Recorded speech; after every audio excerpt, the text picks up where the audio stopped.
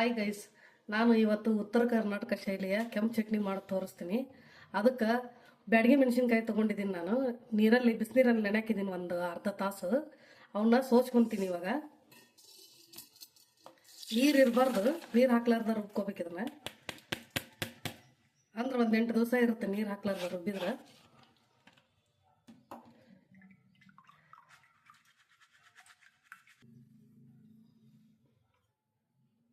ಇವಾಗ ಇದನ್ನ ಮಿಕ್ಸಿ ಜಾರಿಗೆ ಹಾಕೋಣ. ನೀರೆಲ್ಲ ತೆಗೆದು ಬಿಟ್ಟಿದ್ದೀನಿ ನಾನು.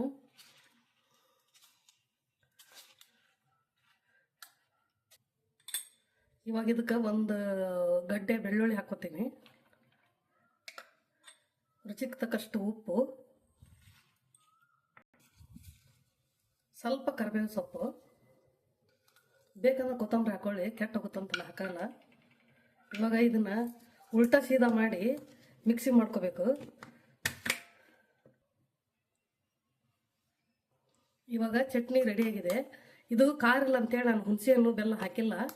ಖಾರ ಇದ್ದು ಮೆಣಸಿನ್ಕಾಯಿಗಾದ್ರೆ ಹುಣಸೆ ಹಣ್ಣು ಬೆಲ್ಲ ಹಾಕೊಳ್ಳಿ ನೀವು.